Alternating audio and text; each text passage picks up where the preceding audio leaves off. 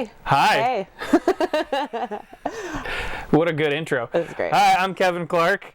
I'm Emalie Soderback. And welcome to VIVA Physical Media. Here we are in a beautiful Scarecrow video. Yeah, so we are starting our YouTube show, VIVA Physical Media, where we're just going to go ahead and talk about the stuff we've been watching, cool stuff you can find at Scarecrow, our store and what we've been up to, and it'll evolve from there, I think. Yeah, kind of a celebration of video stores and this video store in particular. This one the most. But I mean, you know, we're all in this together. We're Scarecrow Video. If you're watching this and you don't know, we are the largest video store on the planet. In the whole world. You know, if somebody wants to argue that, that's cool. You can count your videos, and that's fine. That's, you know, I'm sure you're pretty big, but you know. But we're bigger. Largest collection of movies on the planet, as far as I know, in one place. Yeah.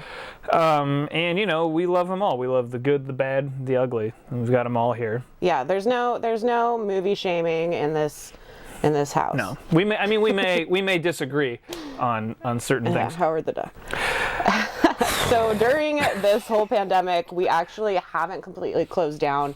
A lot of people, I feel like, might think we have, but so we are offering access to our large catalog. You can look online at our website to look at our inventory, or just call us and be like, hey, do you have this? Because we probably do. Yep. We are doing phone orders, so we'll look up your account, we'll rent to you over the phone. You can come pick it up at our window that is to the left of the entrance. And also for anybody who's watching this on YouTube that's not in Seattle and can't come pick up stuff from our pickup window, we also have a rent by mail program. And if you go to our website, scarecrow.com, there's information about how to sign up for that. It's a whole process. I'm not going to get into it right now, but we'll have links at the bottom for sure for how to do that, because definitely you can do that. And then it gives you basically access to almost all of the catalog. We've been a Scarecrow Video for 32 years. We've been a nonprofit for six years. Thank you.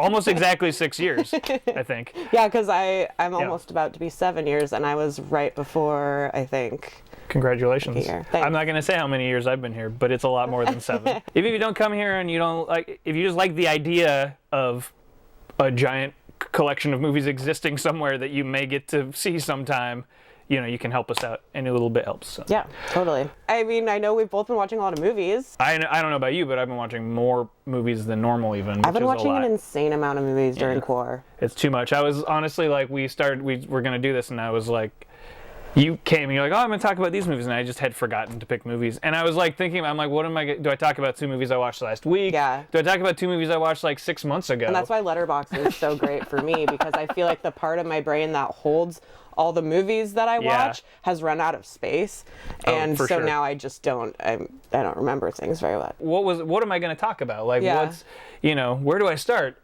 Well, where do you start, Kevin? What are you going to talk about? Well, was that where we are? I'm going to jump right in. I'm going to talk about a couple movies I actually watched a while ago. One of them was, I was going through a period here watching, for some reason, I think Quentin Tarantino wrote an article about this movie, about his movie Targets. And so I started watching a bunch of... I just watched Targets for the first time like 2 days ago. Oh, did you? Well, we can talk about that a little too. I love that movie. It's really great. So I watched a bunch of Peter Bogdanovich movies. I rewatched like a bunch of my favorites, and starting with Targets and then Paper Moon. So good. And...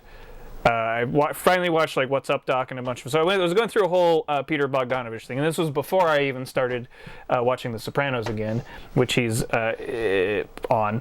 He's a regular guest star as Dr. Melfi's shitty... that guy is her douchebag shrink. Her shrink. Yeah, because, you know, shrinks have shrinks. Gangsters have shrinks. Shrinks have shrinks. If you haven't seen The Sopranos, it's a pretty good show. We may dedicate a whole episode to it sometime. I don't want to get into it too much right now. But what I'm going to talk about today is my favorite Peter Bogdanovich movie, actually, and one that I think people like maybe often like I think they brushed sort it of dismiss as a like movie of the week kind of thing, and I think it does have that structure and like plot, but it's so much better, and it's Mask. First you told me that he was retarded, then you said he'd never be able to do anything that regular kids could do. You know, if I had dug his grave every time one of you geniuses told me he was gonna die, I'd be in China by now. Rusty Dennis never listened to the facts. For academic excellence, She listened to her heart. Rocky Dennis. Together, they built a life full of pride and love. Mask. This is a movie I've loved ever since I was a kid, and I watched it. I remember watching it as a kid, and it like made me cry, and I liked it. And then as I got older, I was like everybody else and gone like, oh, that's movie Mask, where the kid looks weird and it's like it makes you cry. Don't or they make stupid fun of it on like tearjerker. Family Guy or something? Oh yeah, probably. But I mean, you know, nothing's not fair game on Family Guy. Am I right? Yeah, those guys, they really had their claws out for Those guys. They had their claws out for literally whatever they thought of. Yeah, those crazy guys. Man, what a classy show. Rent Family Guy at Scarecrow. Oh yeah, I don't know if you heard that, but someone just returned some videos. Thanks. But Mask, if you don't know, is the story of Rocky Dennis, who has, I can't remember what the disease is. It's a very specific. I don't remember. And he was based on a true story, and so he like looks weird, and he's supposed to, you know, he was supposed to die when he was a baby, but he's lived to be, you know, 16 or. And he's a cool 15 or teen. and it's Eric Stoltz in like one of his early performances, and he's totally covered in prosthetics and stuff, but he still gives this great performance. Cher plays his mom, who's kind of a rowdy biker chick. It's it's a lot about family and finding your family and even you know, differences throughout. He has a whole extended family of like bikers. Yeah, it's the best. It's so good. Yeah, and her hot boyfriend, off and on boyfriend, Dar, I think. I don't remember. I can't remember if it's Dar or Gar. Here it says in the back, Gar. I knew it was Dar or Gar. Dar's the guy from Beastmaster. This is Gar, who's played by Sam Elliott, and it's a great Sam Elliott performance. Who plays the blind? Well, Laura Dern. Rocky, what do you look like? Describe yourself to me. Well, it's too bad you never seen any pictures of the Greek god Adonis, because I kind of look like him. Wow, you're supposed to be gorgeous. He was. We are. Dern? Yeah, it's Oh my Laura gosh. Dern when she's young too, and she plays the blind girl. He goes to a camp for the blind horse as camp. a counselor. Is it a horse camp? Or is there just horses There is a there? horse there, but there is All not. right. It is not specifically a horse camp. Sounds like I need to rewatch Mask to get some I of my don't think it's specifically a horse camp. I just remember You know having what? a horse. That's it. You know what? I'm gonna say it was a while ago I watched it. It might be a horse camp, but I think that's two things. It can't be a blind camp and a horse camp. So I think it's just a camp for blind kids, and then they just happen to also have horses there. He also had really good style in that movie. Who's that? Rocky? Yeah, Rocky. Oh, yeah. I liked his biker punk vibe going on. Yeah. So did Cher. Cher looks amazing in that movie, as she Oh, yeah. does. As she does all And the I time. think she didn't win, but she was nominated for an Academy Award for this. If you don't know, Cher is a great actress. So Yeah. if you only know, knowing Cher from the music world, come rent some Cher movies. And also, this is the director's cut, which it wasn't available for years. There's a whole conversation with Peter Bogdanovich on here about that, and because there were these, he actually made it with these Bruce Springsteen songs in mind. Cool. As you know, I'm a huge Bruce Springsteen fan. So when I finally got to see this one, it's like he was basically like talked to Bruce Springsteen, and Bruce Springsteen was like, yeah, you can go ahead and use any songs from these albums. But then when the movie came out, the studio decided, no, we don't want to pay for these songs or whatever, something like that. And so they put in, I can't remember the guy's name now, poor man's Bruce Springsteen. Not Cougar Mellencamp, but Director Rich, what do you say? It's We're gonna cut it in later. anyway, it's a fucking Night Moves. Who's that guy? Bob Seger. Bob Seger. Bob Seger. And so maybe not poor man's Bruce Springsteen, but you know, he's not that Bob Seger's bad, but they cut in some. They put in Bob Seger songs instead, and it's not quite the same when you hear it actually with the Bruce Springsteen songs, because he directed it with those in mind. Yeah. And so there's a lot of source songs, so it plays really well with those. Plus, it feels like that's what he would be listening to. So the director's cut was Director's cut has the Bruce Springsteen song. So anyway, Mask. Check Beautiful, it out. beautiful movie. You will cry unless you have zero emotions. Yeah, you'll cry. You'll definitely cry. You'll cry. Mask, you'll cry. But that's not all. You'll You'll laugh.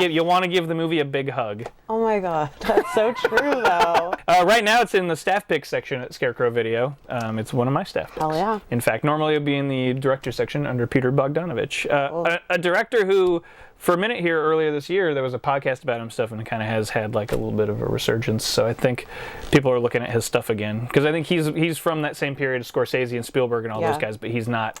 People don't talk about him as much. I haven't seen a lot. I mean, I just watched Targets a couple days ago. I highly recommend. Was great. Most of his movies.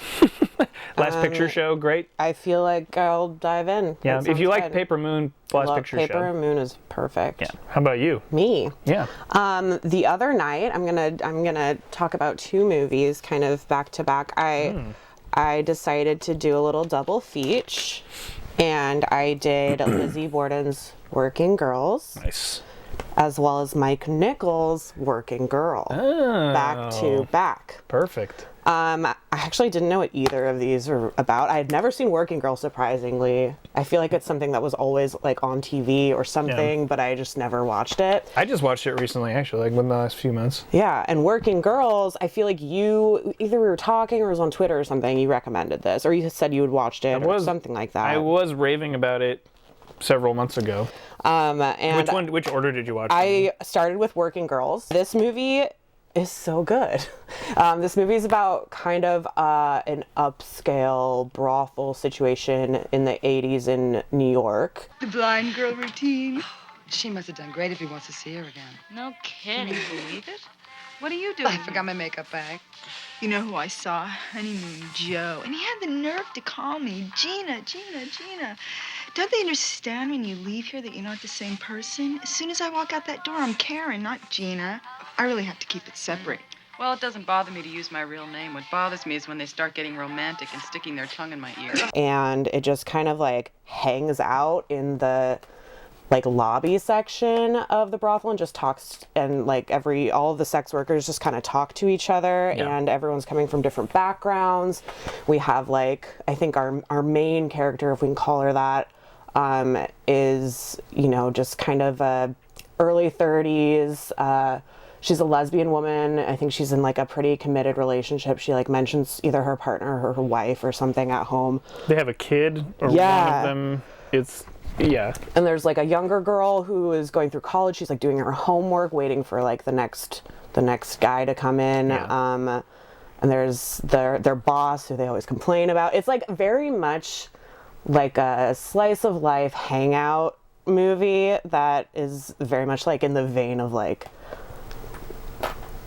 a workplace, not comedy, but a workplace like hangout. Like absolutely, Clerks-esque. It is funny though. Yeah, it is for a funny. movie that's like what it's about. It's about but it doesn't take itself too seriously. No. It's not a super big drama. It's like these women are going to work and they're talking about their job. They're complaining about their lives. They're you know, but they're also like very much there for themselves and in control of it. And you know, I don't want to ruin the film for at the end. You know, they touch on race, they touch on class. It's super good. Yeah. I haven't seen any of Lizzie Borden's other movies. She hasn't done too many others. The one she did after Working Girls was like taken away from her by, I honestly can't remember. I want to say Weinstein, but I'm gonna get it wrong. Probably. But it was somebody. That sounds like something he did. Right, but it was one of these producers took it away from her, and like they recut it and stuff. But you should definitely check out her movie before that, Born in Flames. I finished that up. I probably made myself dinner. I did something. I probably, you know, refilled my wine, and then I popped in Working Girl. This one's it's not even just about one working girl though. It's about all of us working girls. This one I think came out just a couple of years after Working Girls. Really no relation at all, other than slight thematic relations. But Melanie Griffith is, I think she's from Staten Island, from what I remember. Yeah, because they have to take the ferry. She's best friends with Joan Cusack. They want to be executives, but they're secretaries right now. They have the big hair, the like chewing bubble gum, like very much like shoulder pads, acrylic nails, all that good stuff. And then, they're sick of the man keeping them down and like all the misogyny in the workplace, sexism in the workplace.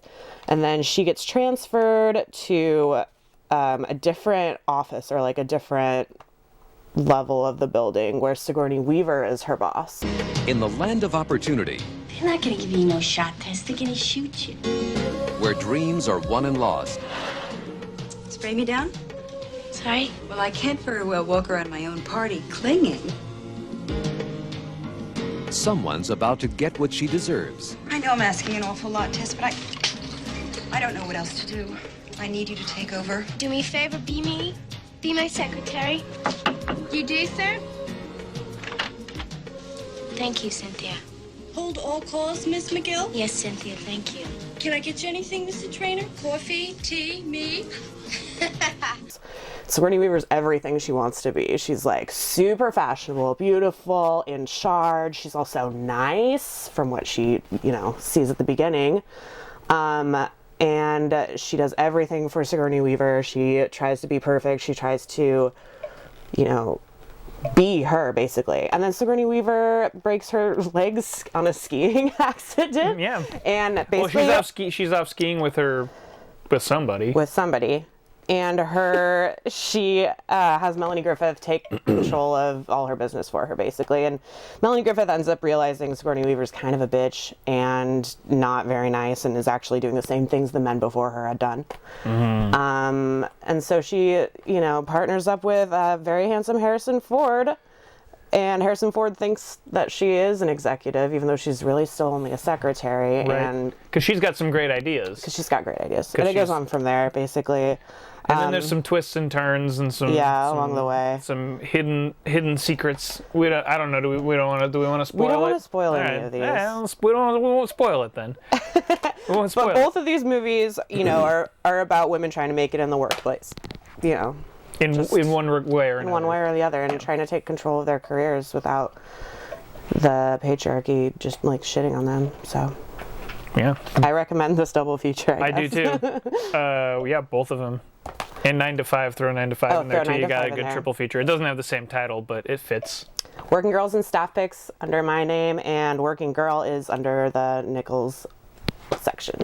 During the time when the insides of our store has been closed to the public for browsing, we've been doing little housekeeping stuff, rearranging some shelves, cleaning house, basically. A little bit. We've also added a few new sections, which I wrote down because I'm not going to remember. You see how many sections we have in this house? I keep calling it a house. Right now we're sitting in one spot that has actually been sort of revamped, where it's the Western section. You may have noticed something missing from this spot if you are a diehard Scarecrow customer. It's true. You may have noticed two things missing from this spot. They're both big and orange. It was the two big orange chairs. It was the two big orange chairs. We got rid of them, but they're not gone yet. Not gone. They're not gone yet, and stay tuned to this channel because on Video Store Day... Are we gonna axe up the chairs? There's gonna be a whole thing with the chairs, and so stay tuned. Video Store Day, which is on 17th. We got some new sections. We got a section for Prince in our music area, and it is the only section where, can you see? Is this in the frame? One of the, you see these yellow little things? It's purple for Prince. We also have a bunch of new director sections. We have Nicholas Refn. We have Hong Sang-soo. We also got a Kelly Reichardt section. Nice. She did Wendy and Lucy and First Cow. Is that what it's called? Yeah. First Cow. And they're really great character studies. She's really good at, telling women's stories. Yeah, certain women I would highly recommend. Yeah, that one's a good one too. Yeah. Sofia Coppola, which I've been asking for since I started working here, so that's good. We finally have both Coppolas have their section. Sorry, Roman. Jama Fanaka.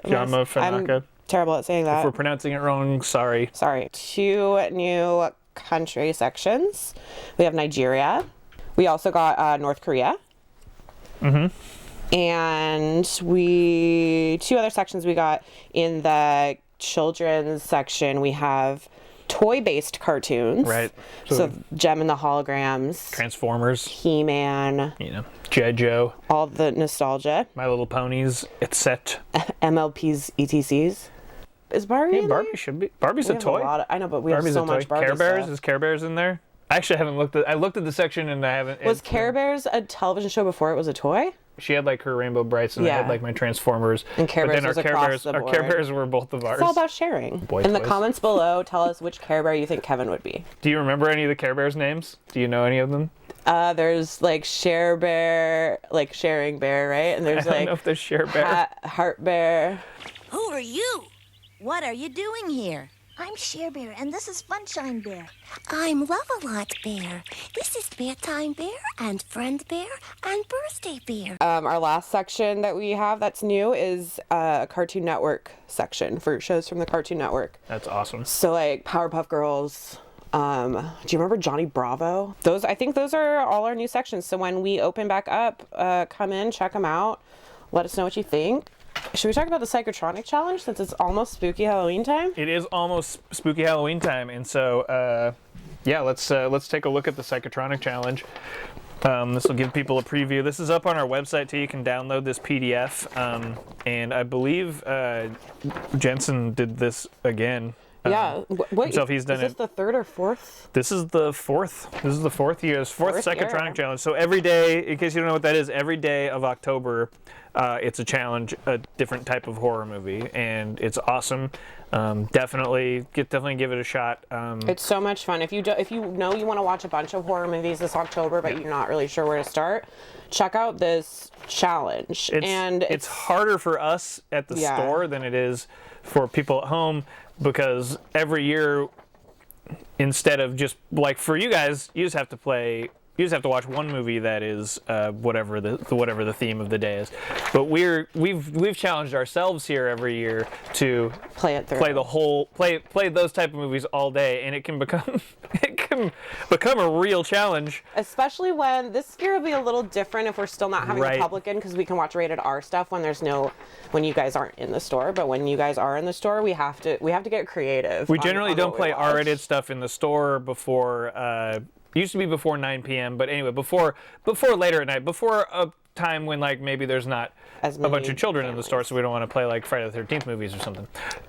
But this year, since the public hasn't been in here, we can just play R-rated movies. So our challenge for us will be a little easier this year, I think. Fun. We want you guys to take photos of what you're watching, talk about what you're watching on social media, and then use the hashtag, which is SCV Psycho Challenge. Hashtag SCV Psycho Challenge. Yeah, so put that on all of your social media shits, all the photos, everything. Share it with us, because we are super interested in what you're watching. We totally love it. Too, you'll get more friends. If you are doing this, for sure, tag it, because we totally love it. Because we're checking that all day, and we're always excited when we see people doing it, because it's fun to see what people are. Also fun to see what people are doing, and also fun to see like how people interpret the days. Some of these are hard. Give some a shout out. Let's see.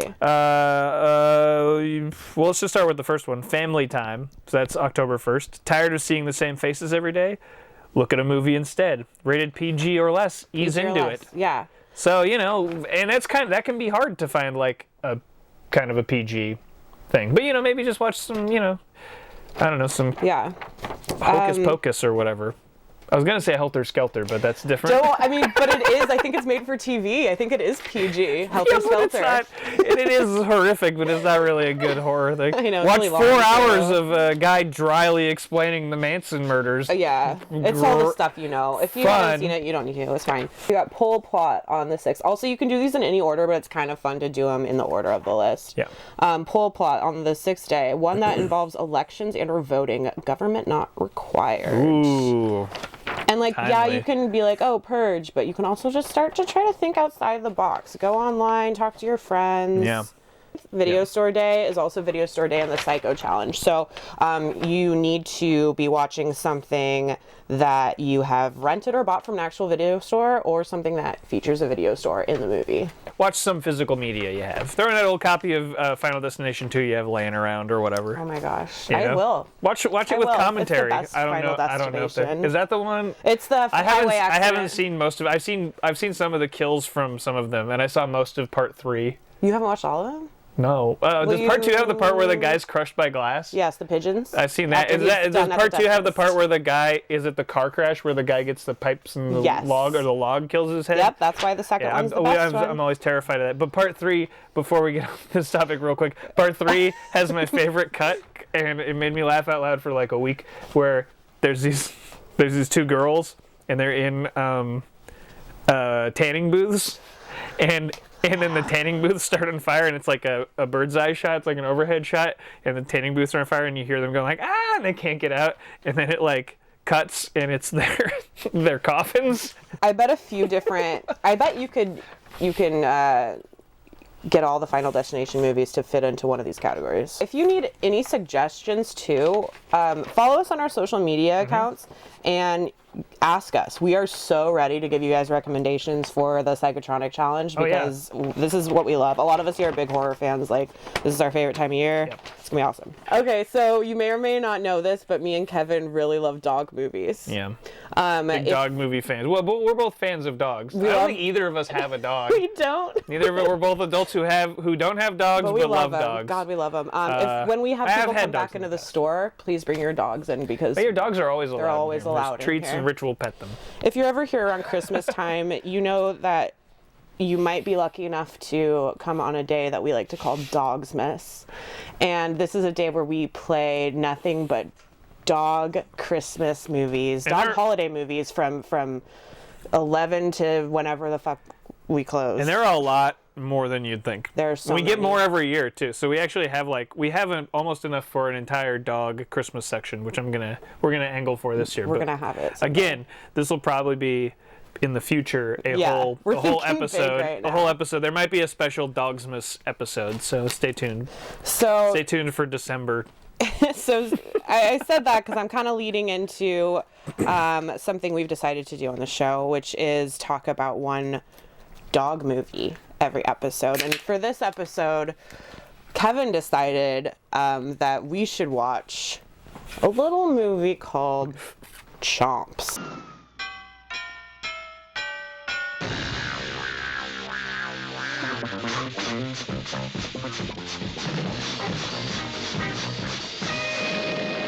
So it's C.H.O.M.P.S.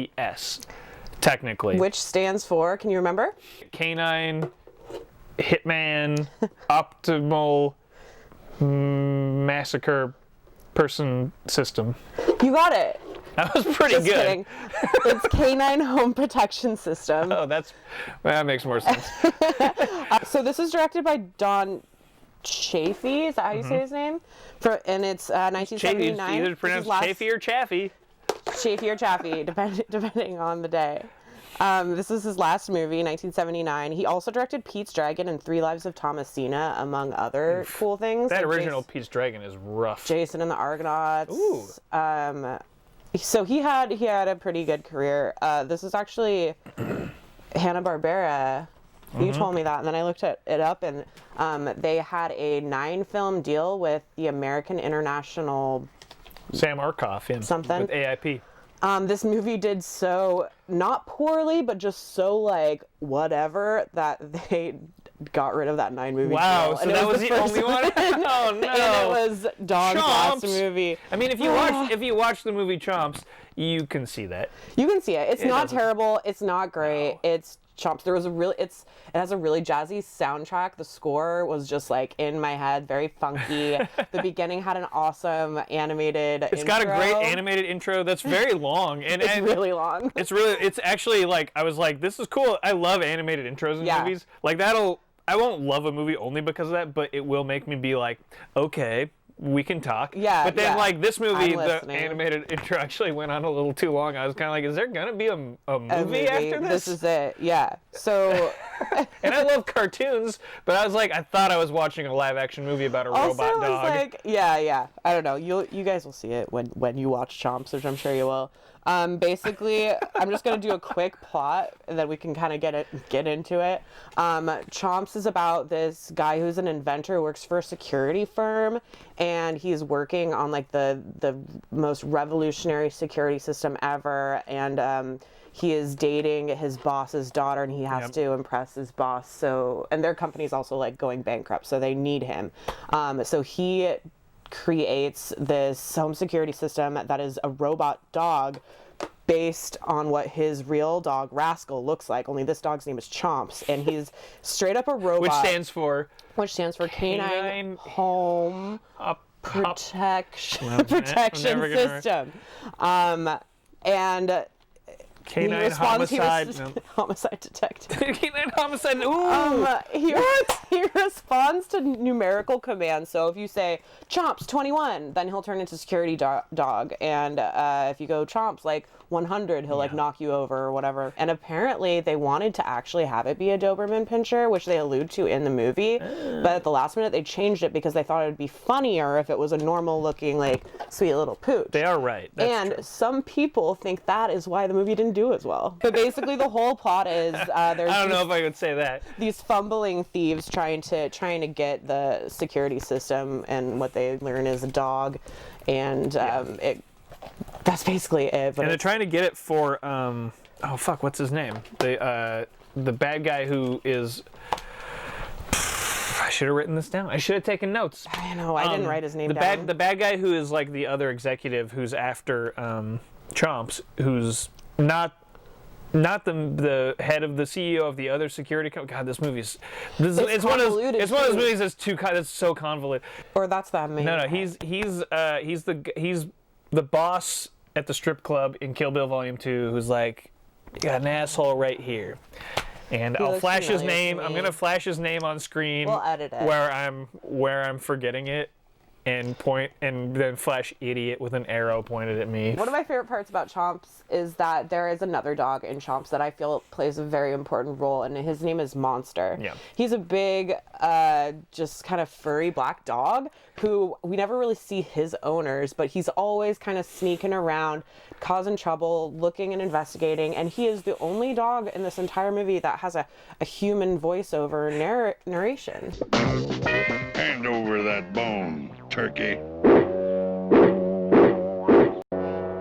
Don't look at him. Smart ass. Up your poop, Granny. Better check on what's going on.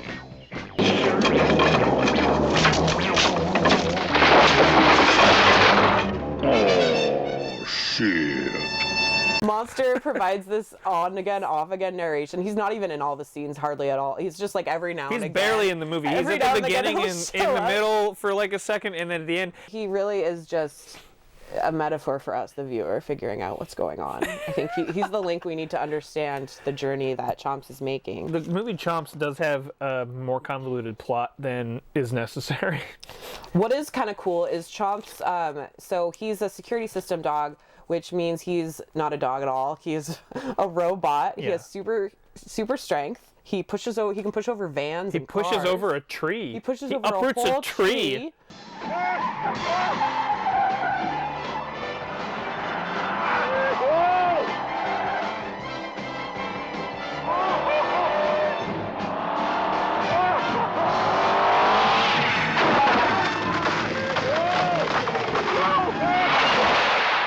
Chomps also has what the main guy said. He has pre-recorded onto cassette tapes different sounds that Chomps can make. Right. For some reason, these sounds range from an assault rifle to a horse neighing to like an airplane taking off. And so when Chomps is running down the street and chasing these criminals, he opens his mouth and you can see that he's barking, but he's actually making like jet plane noises or horses neighing.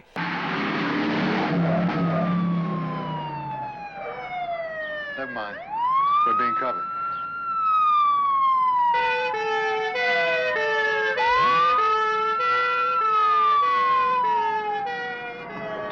police siren built in? Now that's gotta be news. I found this movie, like, hard to pay attention to. Like, I wouldn't have called off a 9-film deal because of it, but I wouldn't be excited for the 8 films to come, you know what I mean? It's Did like, you know there's a book adaptation? I did not. Now we have to get that and There's read a it. 121-page book adaptation, which is interesting because the movie is only 90 minutes, which means the script is only about 90 pages. So what did they elaborate on? Although this movie isn't a sad dog movie, it does have one sad part. I mean, it's not really. When the robot tail wags when you think he's dead. His tail. But there's a whole part where the other dog that they think is Chomps is out. Rascal. Like Rascal. They've sent Rascal out onto this thing to grab a mine. And he's just they're backing and it's a test, and you're like, this dog is gonna back into this mine. They really milk it, and I was like, that part like kind of got me. I'm like, God, you fucking assholes. Yeah. You making me. To be fair, I'm they so look worried exactly Rascal's the gonna same. die. No, they do look exactly the same. And then Chomps shows up at the last minute and does 21 and like takes the mine and blows up an outhouse.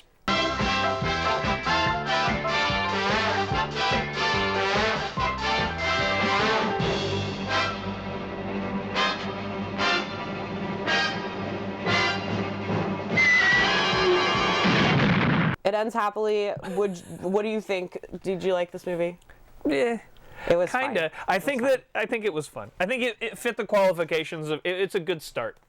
We'll get deeper next time. I think it's a good start. Well, we're gonna get darker next time too. Oh boy.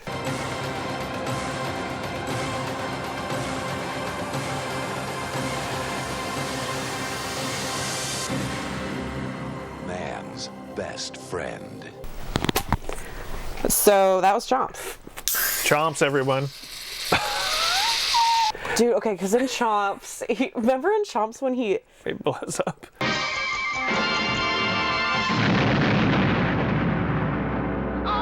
No, before that, when we're not sure if Chomps is an actual robot or not, he takes Chomps' head and he does a maneuver that looks like it looks like he would break the dog's neck, but it actually unscrews and it's a robot. 86. Watch this. Ryan, what are you doing? There you are. 3 years of hard work. You built a watchdog. So yeah, like us on all the socials, subscribe to this video, like it, comment, share it, do the thumbs up, all that good stuff. And, you know, support Scarecrow Video. If you're around the area, give us a call, rent some stuff, set up an account. If you're not in the area, you can always donate to us or do our rental by mail program as well. If you have any questions at all, you just give us a call or go on our website. Check out our website, go to scarecrow.com, and you can find all the stuff that's up. We have a new podcast out too, Scarecrow Radio. First episode had Ken Jennings as a guest. We have a lot of cool people coming on and talking about movies and what Scarecrow means to them. So definitely check that out. And thanks for checking this out if you made it all the way through. And next time we'll be back with more stuff about, we'll probably be talking more about horror movies, but we're also going to probably do tours of some of the rooms and stuff. Talk about our sections we like. And but for now, we just wanted to do an introductory episode. And thanks for listening. Thanks for watching. Thanks for watching us. I think, as far as we know, we've been recording visuals too. So, and yeah. Yeah. Stay healthy and wear a mask. And Viva Physical Media.